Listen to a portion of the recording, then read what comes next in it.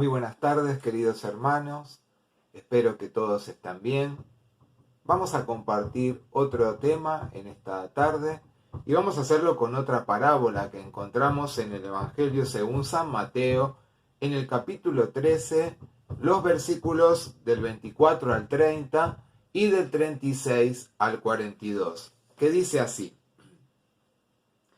Parábola del trigo y de la cizaña.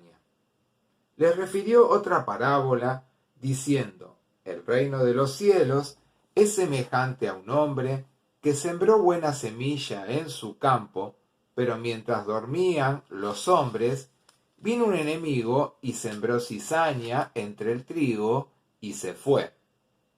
Y cuando salió la hierba y dio fruto, entonces apareció también la cizaña.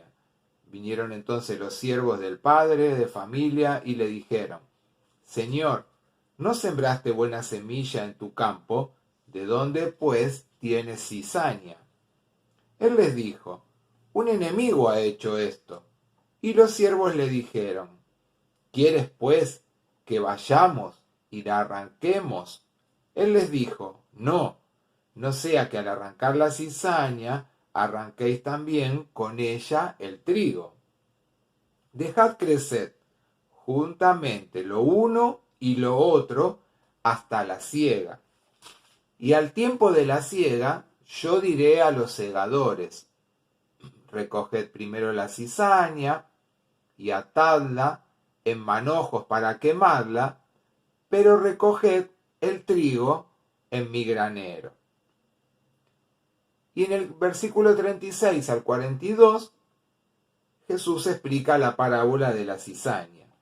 Entonces, despedida la gente, entró Jesús en la casa, y acercándose a él sus discípulos le dijeron: explícanos la parábola de la cizaña del campo.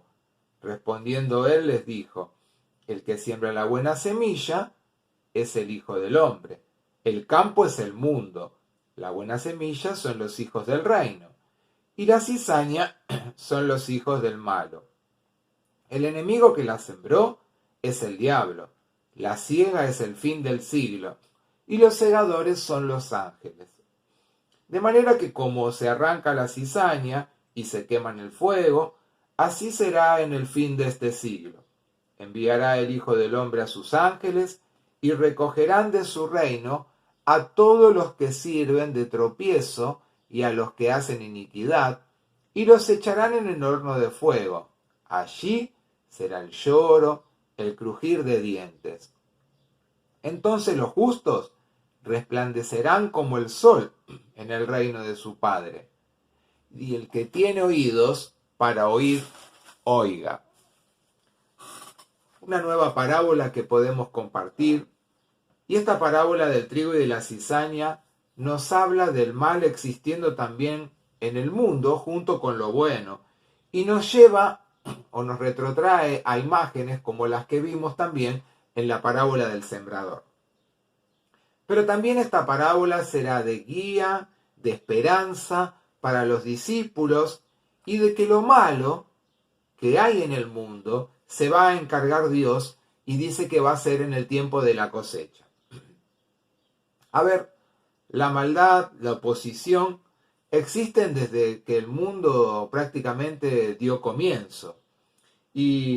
Pero también existe que la promesa de Dios es que los que permanezcan fieles ganarán, dice la palabra, y en gran manera. Y si nosotros nos fijamos, el capítulo 13 de Mateo termina justamente con Jesús que tiene que enfrentarse a la oposición, al rechazo en su mismo pueblo natal, en el pueblo donde él nació. Y acá aparece la cizaña. La cizaña, cuando empieza a crecer, es muy similar al grano de trigo. Y casi a veces es imposible hasta de identificarla en ese momento cuando empieza a crecer.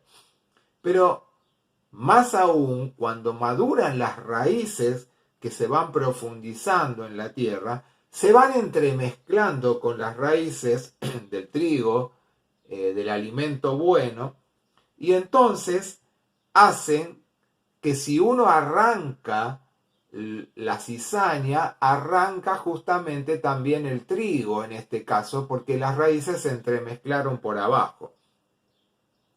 Por supuesto que es necesario separarlas. Por supuesto que es necesario no juntarlas, porque justamente el grano de la cizaña es tóxico y si se entremezcla con el grano de trigo al ser molido, justamente hace que esa harina que se produce llegue a ser tóxica. Por eso dice que al cosecharla, se esperaba hasta el momento de la cosecha, se recogían a mano las espigas, se ponían sobre el terreno como en unas lonas y se iban separando porque así ahí sí el color de la cizaña y del trigo era distinto y entonces se identificaba mejor y se separaban los granos. Si nosotros nos fijamos, solo en el Evangelio de Mateo se relata esta parábola. Y debemos entender por qué Mateo relata esta parábola en su Evangelio. Porque era un momento para la iglesia, cuando el Evangelio es redactado justamente por Mateo, donde todas las personas que iban a la comunidad, que iban a la iglesia, sabían qué era lo bueno y qué era lo malo y lo que se debía hacer. Pero había muchas personas que con su testimonio se habían alejado justamente de lo que pedía Dios que debían transmitir con sus vidas. Mateo relata el comienzo del ministerio de Jesús y lo hace con el Sermón del Monte. Y cuando lo hace con el Sermón del Monte, no debemos desconocer estas afirmaciones que hace Jesús, por ejemplo, en el Sermón del Monte. En una dice, si nuestra justicia no sobrepasa la de los escribas y los fariseos, nunca entraremos en el reino de los cielos. Contundente lo que dice Jesús ahí en ese texto. Otro, cualquiera que mira a una mujer para codiciarla, ya adulteró con ella en su corazón. Lejos estamos en este tiempo de estas cosas. Otro dice, cualquiera que esté enojado con su hermano o con su hermana, será culpable de juicio, dice. Y cualquiera que le diga necio, quedará, dice, expuesto al infierno de fuego. Bastante dura, ¿no? Esta afirmación que también hace Jesús en el Sermón del Monte. Otra, sal que ha perdido su sabor, ya no vale para nada, excepto para ser echada afuera. Una más, Jesús no ha venido, dice, para abrogar la ley y los profetas, sino para cumplir por ellos. Pero si queremos entender, sin estar hablando justamente hoy del Sermón del Monte de Jesús, que es con el que Mateo prácticamente inicia el ministerio de Jesús en su Evangelio, ¿dónde está el nudo? ¿Dónde está el punto central del Sermón del Monte pronunciado por Jesús? Justamente en el capítulo 7, en el versículo 21, cuando dice, no todo el que me dice Señor, Señor, entrará en el reino de los cielos, mas el que hiciere la voluntad de mi Padre que está en los cielos. Como antes, en este tiempo también la iglesia es llamada a vivir una vida pura, una vida en servicio justamente a nuestro Dios.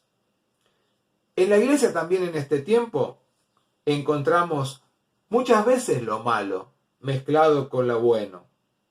A ver, personas que con su comportamiento, a veces con su carácter, a veces con su maltrato hacia otros hermanos, o a veces con algunas doctrinas que muchas veces están lejos de lo que la palabra de Dios nos indica y que se van intentando entremezclar a veces en medio de las comunidades, también se producen a veces conflictos o cosas que hacen que muchas veces hasta mismas congregaciones puedan estar divididas por cosas que se van produciendo malas.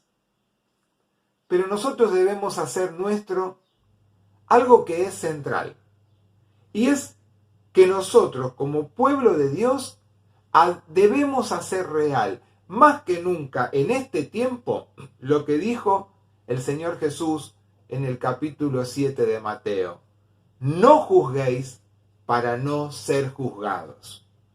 Y es justo lo que vemos en esta parábola también en esta tarde. Jesús nos pide que tengamos paciencia y que tengamos fe para que actuemos frente al mal cuando el mal muchas veces está causando daño, no con ideas que pueden ser en determinados momentos que las queremos tomar sí o sí, que queremos tomar resoluciones, a veces impensadas, a veces apurados, y lo único que hacemos muchas veces es justamente lo que en la parábola le decía, que aquel que tiene que ir a cegar no puede hacerlo cuando está creciendo la cosa. ¿Por qué? Porque iba a arrancar lo malo, pero también iba a arrancar lo bueno.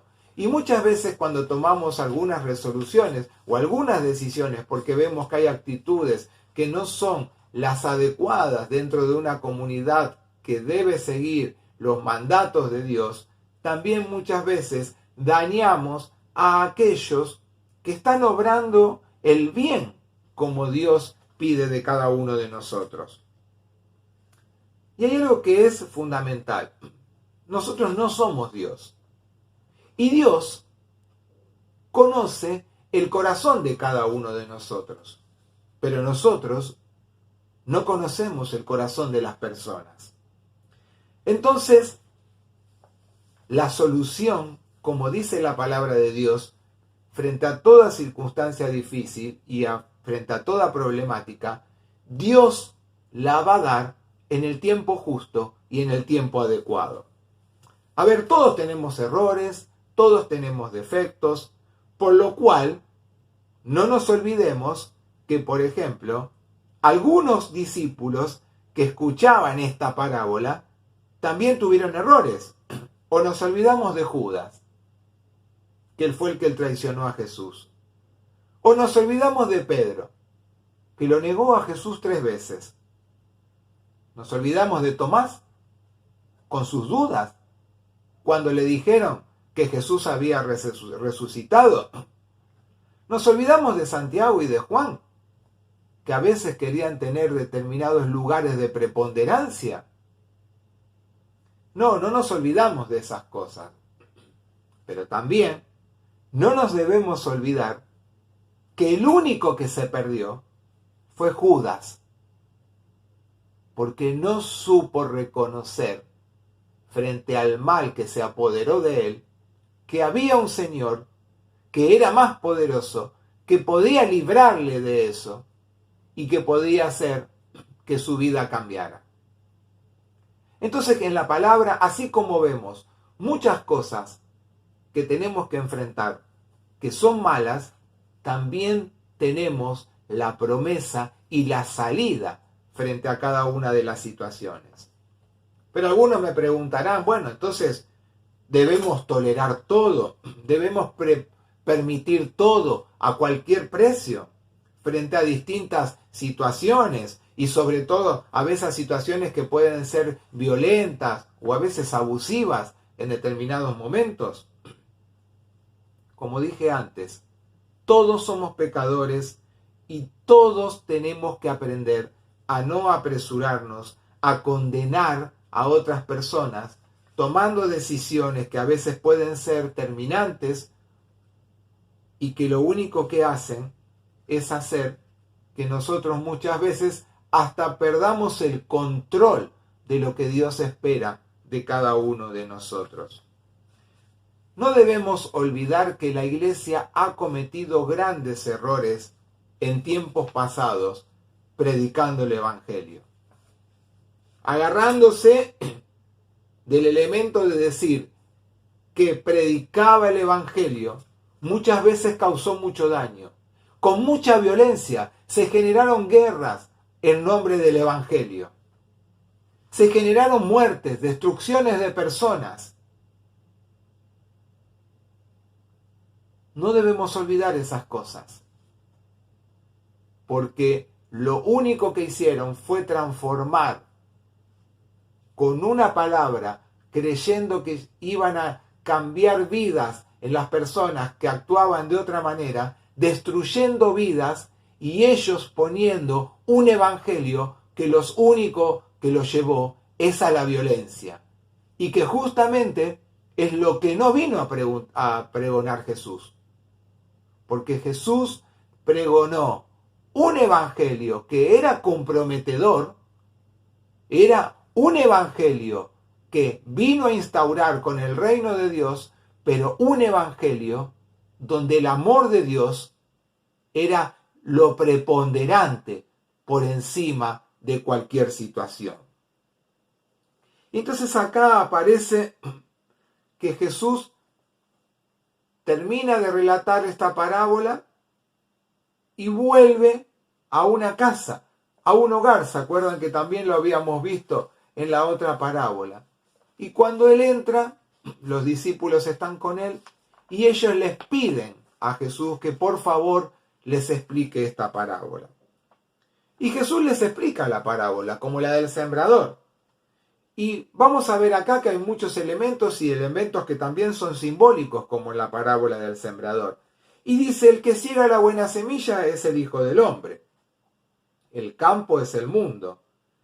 La buena simiente dice que son los hijos del reino. Las malas hierbas son los hijos de lo malo. El enemigo es Satanás. La cosecha es el final del siglo. Y los segadores son los ángeles. Es importante que recalquemos en esta parábola que el interés de Dios no es solo por su pueblo, sino que habla del campo y habla que el campo es el mundo. El interés de Dios es por tu vida, es por la mía y es por la de todas las personas para que puedan acercarse a vivir el verdadero evangelio. Pero también no debemos olvidar que acá hay dos segadores. Uno es Jesús y el otro es Satanás, al cual no debemos ignorarlo. No debemos darle un lugar preponderante como si fuera el sumum o lo mejor del mundo.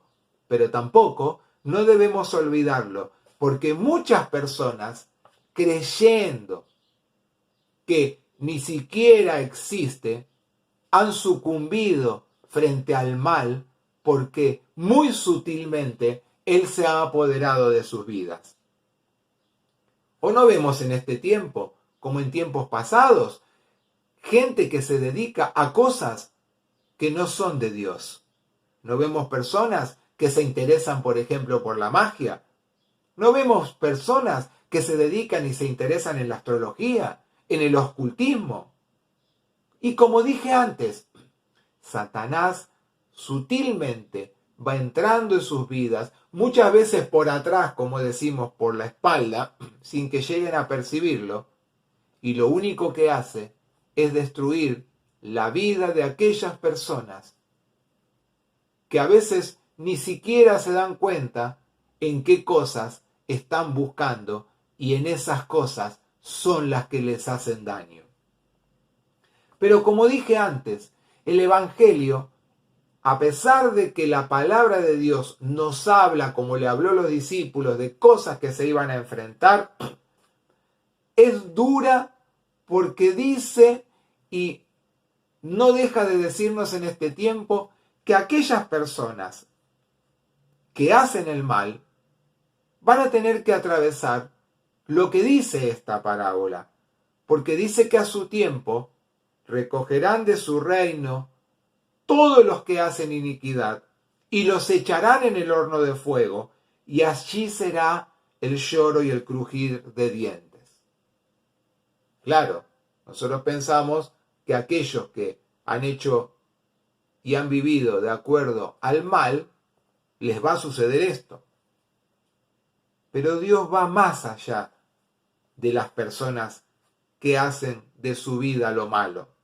Dice que no solo para los que deseen vivir así, sino a quienes también les impidan o hacen que tropiecen otros en el camino de la fe, también van a deber atravesar por esta condenación. Y más aún, para los que se rebelan, dice, a los mandatos de Dios y viven de una forma que es inmoral, que tampoco los lleva a amar a Dios y amar a su prójimo. Seguramente que nos incomoda ver todas estas imágenes que a veces son duras, que a veces hacen que nuestra vida la movilice. Pero así como el horno de fuego va a ser la consecuencia para aquellos que no acepten el amor y la gracia, el cuidado, la guía y el sostén de Dios, porque lo vemos día a día, porque vemos cómo el mundo se degrada, porque vemos cómo la familia se degrada, porque vemos cómo los niños son maltratados, cómo son abusados, cómo se desprotege a las personas ancianas, cómo desvalorizamos nuestro propio cuerpo, cómo lo maltratamos muchas veces. Todas esas cosas que vemos y que vemos en el mundo que nos rodea son las cosas que Dios no quiere justamente para todo ser que Él creó.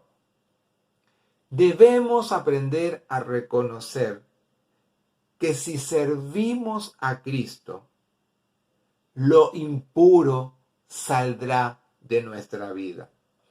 Y como dije antes, así como la palabra tiene condenación para aquellos que desobedecen la palabra de Dios, también tiene una promesa para aquellos que busquen hacer la voluntad de Dios. Y este es el gran mensaje que nosotros debemos dar como iglesia.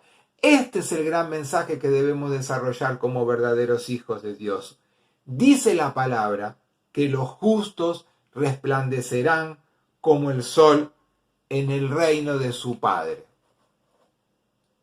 ¿Dónde lo encontramos también esto? Lo encontramos en el libro del profeta Daniel, en el Antiguo Testamento, en el capítulo 12, en el versículo 3. Fíjense, ya en el Antiguo Testamento Dios se manifestaba también de esta manera. Y qué hermoso el texto que podemos encontrar ahí. Dice, los sabios resplandecerán tan brillantes como el cielo, y quienes conducen a muchos a la justicia brillarán como estrellas para siempre. Y este es el mensaje con el que quiero terminar en esta tarde. Con este mensaje esperanzador, con este mensaje que va a transformar la vida de cualquier persona que quiera aferrarse al Dios de la vida.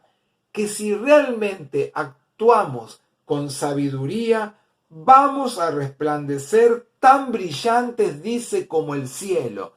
Y quienes justamente conduzcan a otros a vivir en la justicia que Dios tiene para cada uno de ellos, dice que van a brillar, vamos a brillar como las estrellas para siempre. Es hermoso ver en una noche oscura un cielo estrellado. Para Dios es hermoso ver que tu vida pueda brillar, porque aprendés cada día a buscar que tu propia luz brille, porque está iluminada por la luz de Cristo, que hace que nuestra vida sea verdadera, mejor cuidada, guiada y sostenida por el Dios de la vida a cada momento. Ese es el mensaje que queremos pregonar hoy. Que Dios está siempre cuidando de cada uno de nosotros y nos invita no a generar el odio y la maldad, sino a generar que otros puedan reconocer a Jesús como el Señor de sus vidas, como la luz que los sacará de toda tiniebla. Oremos. Gracias, Dios amoroso. Gracias por estar con nosotros en este tiempo. Gracias por cuidar de nuestras vidas. Gracias por guiarnos, por acompañarnos y por sostenernos. Ayúdanos a actuar como tú esperas de cada uno de nosotros. A ser iglesias abiertas, amorosas, pero por sobre todas las cosas, a vivir la presencia de un evangelio que solamente puede ser vivido cuando aprendemos a conocerte y a dejarnos guiar por tu Espíritu Santo. Gracias, Señor, por tu palabra. En el nombre de Jesús oramos juntos. Amén.